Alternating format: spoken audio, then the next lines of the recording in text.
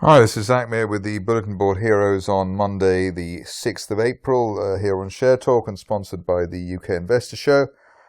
Starting off with Barron Oil, where we've got a potential saucer reversal here over the last few weeks. Neckline resistance around 0.7.5 and end of day or end of week close above that could take the shares back towards the post-February resistance zone between 0.1 and 0.15 as a best case scenario.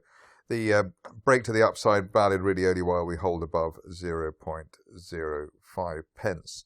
Another stock which looks like it's primed for a move to the upside is Europa Oil and Gas. Hasn't been here for quite a while on the Bulletin Board Heroes, but we've got potential of a trend line break here, just coming up around the 0.85 level, so end of day close above that today, and also a break above that last peak there at 0.9 pence.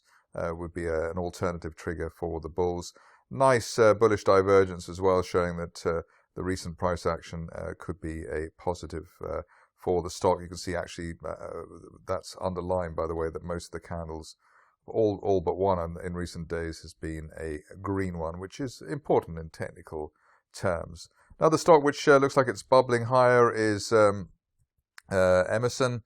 Here we've got the stock breaking out of the recent resistance, neckline resistance on the chart.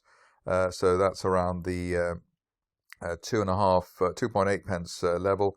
While we're above that on an end of day close, looking to fill that gap up to 3.5, maybe up to the 50-day moving average at 3.67 over the next few days, and that would take the stock take the stock out of its recent rather upsetting decline from 5 pence back towards 2 pence, so at least coming back halfway from recent weakness.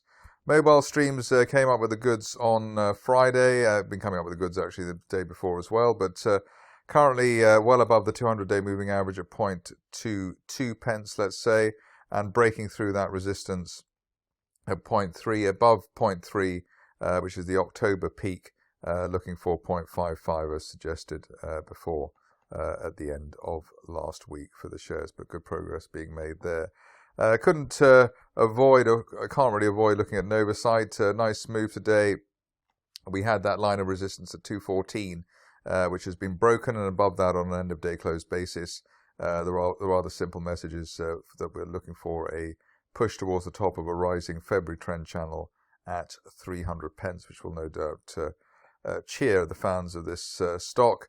Also helping the bull argument at the moment is the way that we gapped up higher today, so it looks as though there's plenty of momentum behind this particular move. At this stage, only really back below the top of the gap there at 197 would really hit the bull argument in any way, especially in terms of delaying the potential upside there.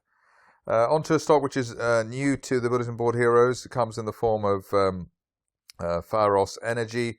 Another neckline type break at the bottom of the range. So looking to break that late March resistance, which was around the 12.75 pence level. Above that on an end of day close basis, looking for 20 to 25 pence, which was the trading area on the way down, especially that last peak there.